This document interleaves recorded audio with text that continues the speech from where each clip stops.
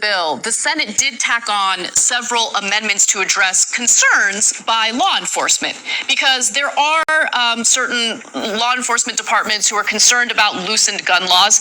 It could affect them negatively, right? So what were those amendments? The final version of the bill keeps intact a number of changes that the Senate made to the House bill to assuage concerns from law enforcement community, including striking a provision that would have barred cops from questioning someone based on their possession of a handgun. I mean, cops are going to want to harass certain people if they have a handgun, right? Of course. So let's keep it real here, right? And so some right-wingers might say it's too cynical. I don't really care what they say. So let's it's pretty accurate. Yeah. Considering how cops react to a black individual with a gun, oftentimes with a licensed gun, as was the case with Philando Castile, and the way they react to a white person like Kyle Rittenhouse, who literally had an illegal gun. Yeah. So the changes that they made to the law that held it up for a hot minute was online safety course. Who cares? It's not at all controversial. Increasing the penalty for felons having a weapon. Okay, that's not going to be that controversial in Texas, right? People are going to generally agree to that. But the one that they cared the most about was the cops must be able to question the person with the gun.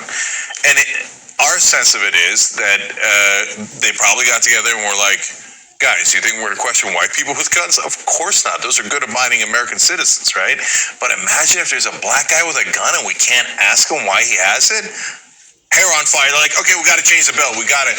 But now in Texas, we don't know, right? But I'm telling you, my guess is, having seen this many times, that they probably had a conversation. Now imagine someone who looks Mexican and he's carrying around weapons.